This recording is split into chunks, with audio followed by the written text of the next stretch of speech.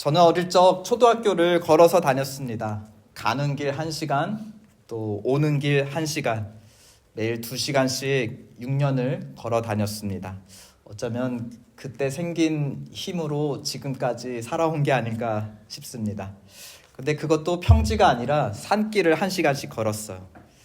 근데 집으로 오는 길 마을 입구에는 과수원이 있었는데요. 그 과수원을 지키는 큰 개가 있었습니다.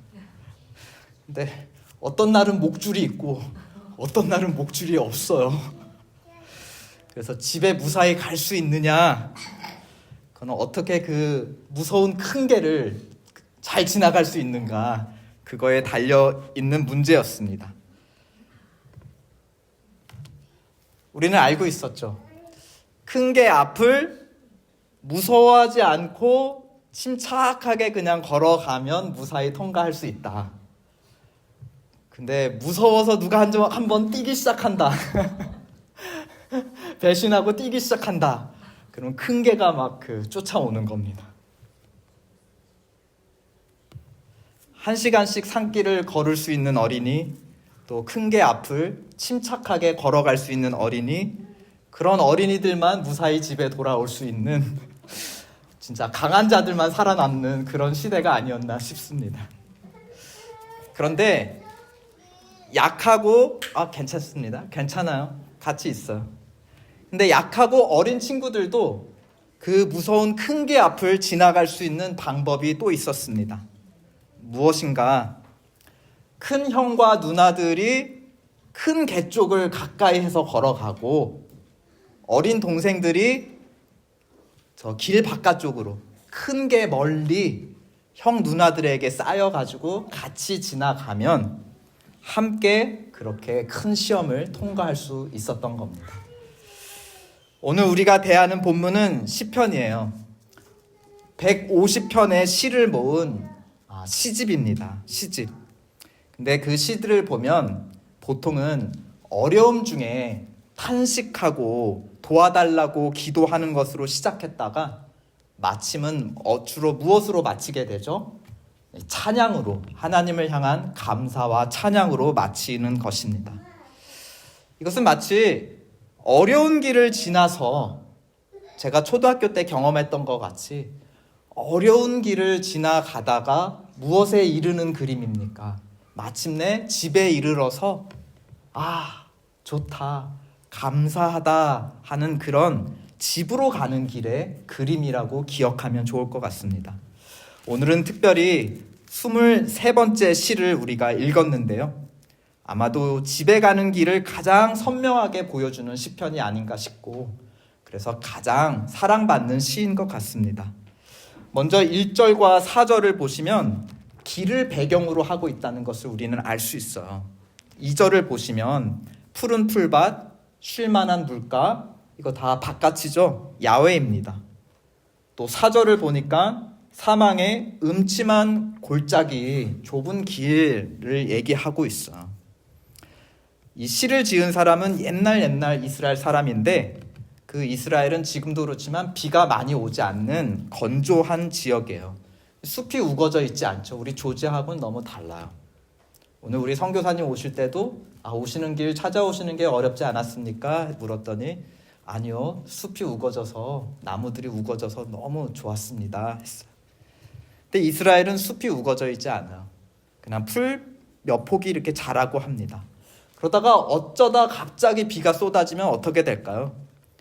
빗물이 흙을 막 이렇게 사이로 지나가면서 빗길이 막 형성됩니다. 큰 시냇물이, 없던 시냇물이 갑자기 생기기도 해요.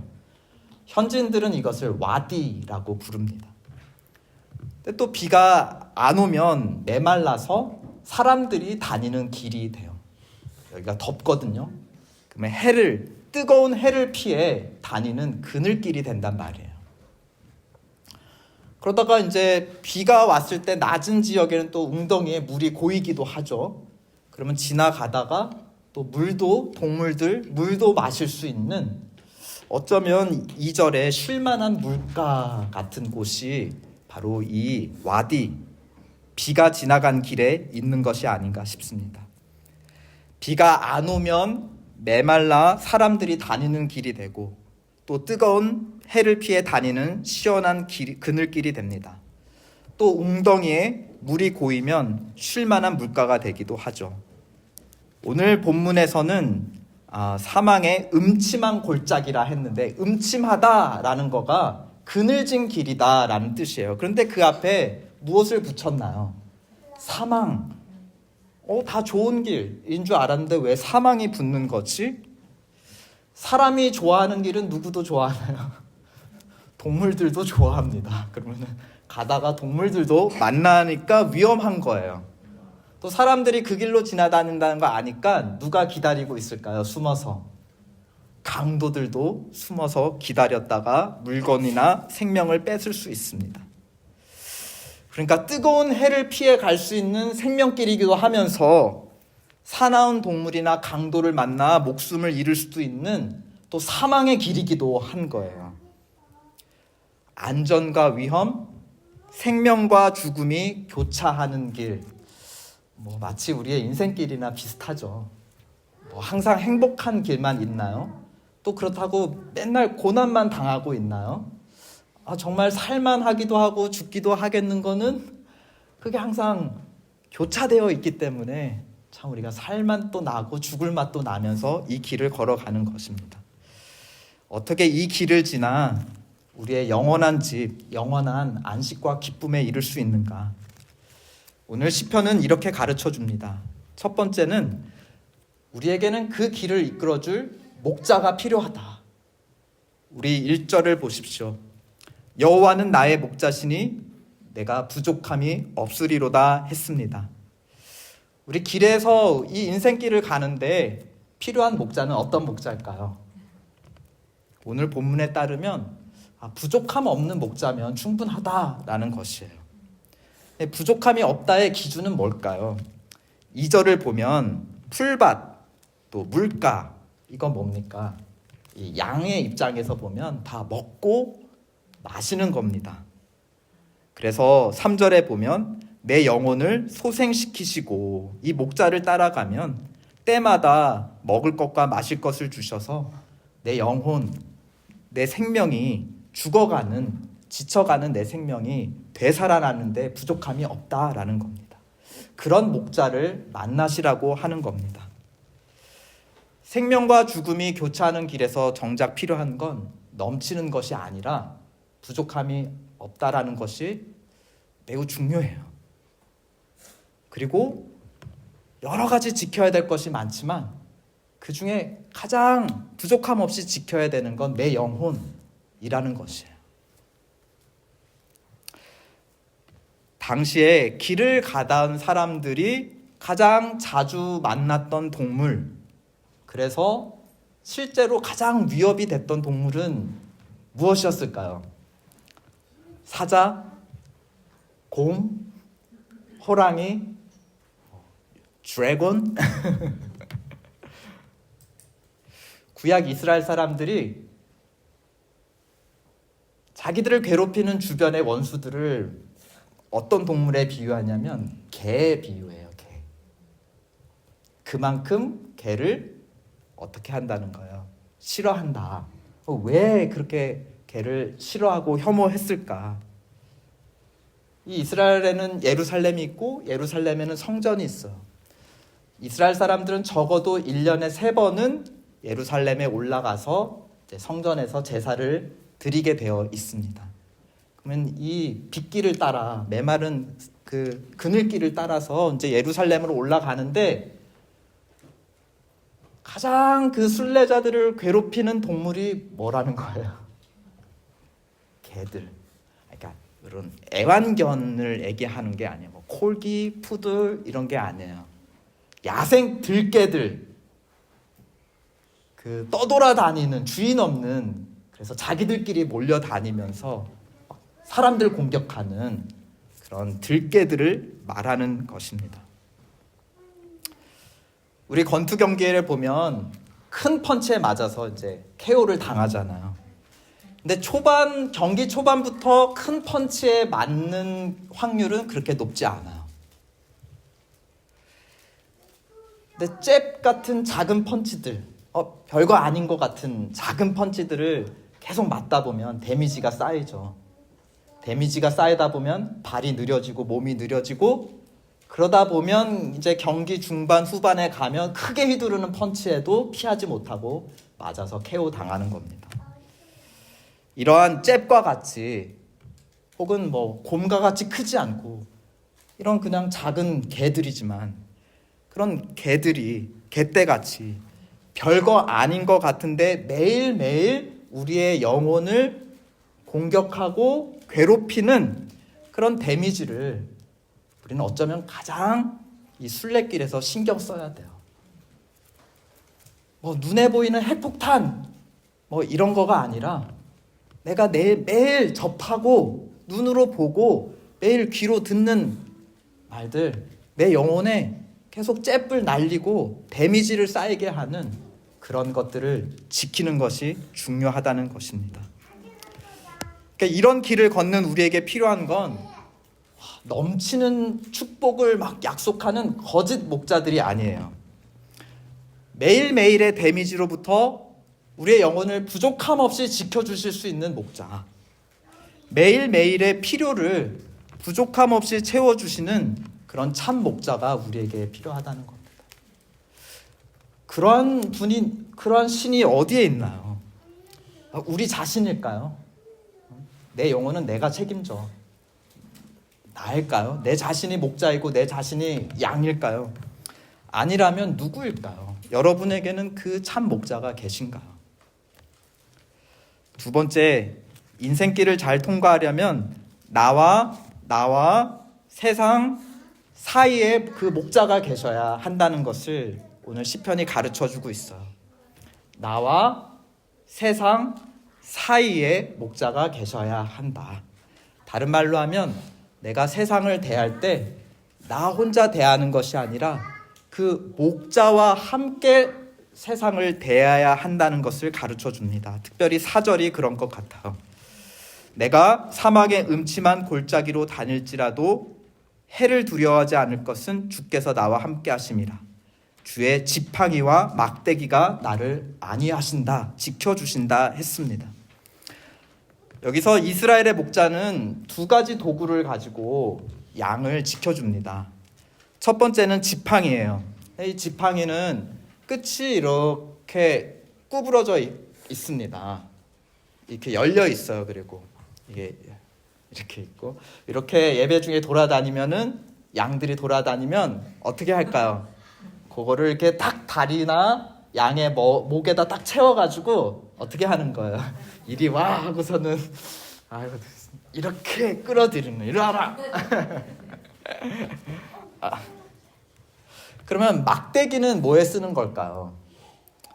이거는 막대기라 표현했지만 사실은 몽둥이입니다. 몽둥이. 양에게 쓰는 게 아니에요. 누구에게 쓰는 걸까요? 들깨들에게 쓰는 겁니다. 자기 양을 향해 달려드는 들깨들, 짐승들, 강도를 상대하는 무기인 것입니다. 목자 대신 하나님의 위치가 어디에 있는지를 이 도구가 잘 가르쳐줘요. 한쪽에는 지팡이를 가지고 나를 인도해 주시고, 한 손에는 막대기를 가지고 세상에 우리를 해하려고 하는 매일매일의 우리 영혼을 갉아먹는 것들을 내쫓아 주신다.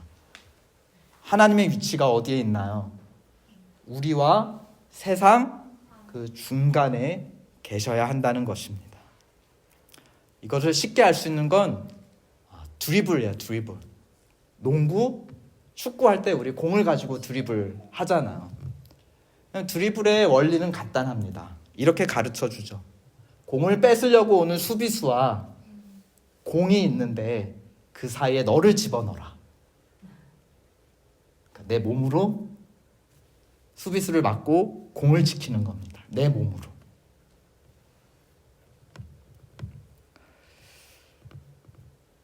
우리가 세상 앞에서 하나님을 드리블하고 지켜드리는 게 아닙니다. 누가 누구를 지켜줘야 되는 거죠? 세상에 맞서서 하나님께서 우리를 공처럼 맞고 드리블을 해 주셔야 그렇게 인도해 가시면서 골까지 갈 수 있다라는 것입니다. 쉽게 말해서 매일매일 모든 일에 하나님을 목자로 인정하시라는 말씀입니다. 아멘. 그렇게 해서 5절 6절을 보면 하나님을 목자로 따르는 자가 마침내 그의 집에 도착한 그림을 우리는 보게 됩니다. 길에서 필요한 건 무엇이었나요? 쉽게 말해 부족함이 없는 것이었습니다. 부족함이 없는 게 길에서는 제일 중요한데 5절을 보십시오. 하나님의 집에 갔을 때 우리를 기다리는 것은 넘치는 식탁, 넘치는 음식을 말하는 겁니다. 또 넘치는 기름, 또 무엇이 넘치나요? 5절 끝에 보면 내 잔이 넘치나이다. 음료수도 넘친다 하였습니다. 아까 길에서는 없고 집에만 있는 거는 이 중에 뭘까요? 길에서는 먹을 것도 있고 마실 수도 있고 또 집에서도 먹을 음식도 있고 마실 음료도 있는데 길에는 없고 집에만 있는 거가 무엇입니까? 내 머리에 기름을 부으셨다 했을 때 기름입니다. 이스라엘은 아까 말씀드렸듯이 건조하고 먼지바람이 많이 붑니다. 그래서 나갔다 집에 들어오면 입구에서 물로 손과 발을 먼저 씻는 게 아주 그냥 생활의 관습이죠. 근데 귀한 손님이 오면 특별히 기름을 발라줍니다. 아로마 오일, 향유를 발라주죠. 머리에도 바르고 목에도 바르고 손에도 바르고 발에도 부릅니다. 우리 예수 그리스도께서 십자가를 거쳐 하나님 나라에 영원히 들어가시기 전에 막달라 마리아가 향유를 예수님께 다 부어주셨다는 것입니다. 그러니까 기름을 내 머리에 부으셨다라는 것은 목자 되신 하나님께서 우리를 얼마나 귀한 존재로 여기시는지를 보여주는 그런 말씀이에요. 근데 우리가 아무리 귀하다 해도 길에서 기름을 넘치도록 부으셨다는 말은 없습니다. 길에서 우리의 존귀함을 지켜줄 수 있는 건 부드러운 기름이 아니에요. 단단한 목자의 지팡이와 막대기가 필요한 것입니다. 사실 이때 사람들은 먹고 입고 마실 것만 있어도 부족함이 없다라고 만족하는 매우 위험한 시대를 살았어요. 오늘 우리는 생활 수준이 매우 높아졌죠. 먹고 입고 마실 수 있는 것, 매일매일 먹고 마실 수 있는 것에 여러분 만족하시나요? 만족 못하죠. 일단은 주위 사람들 수준도 너무 높아졌어요. 내 자신의 생활 수준도 높아졌어요. 그러다 보니 우리는 길에서도 기름, 그러니까 여기에 이제 비유로 따지면 기름마저도 반드시 있어야 될 기본이라며 길에서 하나님께 달라고 이거 없으면 나 죽는다고 떼쓰는 것입니다. 우리 길에서는 기름 같은 것, 향유, 오일 같은 것을 달라고 구하지 맙시다. 매일매일 부족함 없도록 우리를 채워주심에 감사하는 여러분 되시기를 축원드립니다. 근데 무엇이 정말 이 길에서 부족함 없어야 하는 것인지, 꼭 필요한 것인지, 아니면 하나님의 나라, 그 영원한 곳에 가야지만 누릴 수 있는 건지, 그것을 분별하는 지혜가 너무 필요한 것이죠. 잘 보십시오. 길에서 목자는 이제 잔치집에서 주인으로 변합니다. 같은 분이 부족함 없어야 되는 길에서는 목자이시지만 당신의 집에 와서는 넘치도록 베푸시는 잔치집 주인이세요. 길에서 우리를 지키시고 나쁜 짐승들을 내쫓는 데 사용했던 지팡이와 몽둥이는 이 집에서는 우리를 대접하는 접시와 컵, 또 기름 항아리로 변해 있습니다. 길에서 목자가 흘린 땀은 집에서 넘치는 기름으로 변해 있습니다. 또 길에서 우리를 위협하던 원수는 집에서 우리를 부러워하며 쳐다보는 원수로 변해 있습니다. 5절을 보시면 주께서 내 원수가 지켜보는 가운데 내게 상을 차려 주신다 하였습니다. 무엇을 말하나요? 길 따로 집 따로라는 건가요? 길과 집이 어떻게 되어 있어? 하나로 이어져 있어요. 무엇으로 길과 집이 이어져 있는가? 하나님을 목자로 삼고 그분을 따라가는 사람들에게는 이 인생길과 또 하나님 나라에서의 삶이 분리되어 있지 않고 하나로 다 연결되어 있다는 겁니다. 6절이 우리의 삶이 무엇으로 연결되어 있는지를 우리에게 가르쳐주고 있습니다. 우리 6절 말씀 다 함께 읽어보실까요? 우리 Let us read all together verse 6. 시작. 내 평생의 선하심과 인자하심이 반드시 나를 따르리니 내가 여호와의 집에 영원히 살리로다 하였습니다. 그 험한 길과 부족한 많은 길과 풍성한 집을 잇는 것은 무엇이라는 거예요? 하나님의 선하심과 인자하심이라 하였습니다. 다른 말로 하면 하나님의 선하심과 인자하심이 집에서뿐만이 아니라 길에서도 우리에게 임한다면 그 길도 무엇이 되는 것입니까? 집이 된다라는 것입니다. 여기서 우리가 주목해 봐야 될 것은 따른다라는 표현이에요. 따른다. 내가 앞서가면 하나님의 선하심과 인자하심, 우리를 지켜주심이 자연스럽게 뒤따라온다라는 그림인 것 같죠. 그런데 히브리어 원어를 보면 더 나은 번역이 이것이에요. 나를 쫓으리니. 제가 그래서 다시 읽어보면 이렇습니다. 내 평생에 선하심과 인자하심이 반드시 나를 쫓아온다. 내가 막 쫓겨서 도망가다 보면 어디에 도착한다? 하나님의 집에 도착하게 된다는 것입니다. 나를 막 몰아가는데 거기에 막 쫓겨서 막 달려가다 보니까 하나님의 집에 이른다. 그래서 거기서 부족함 정도, 없는 정도가 아니라 막 풍성하게 누리게 된다라는 겁니다. 뭐가 생각나요?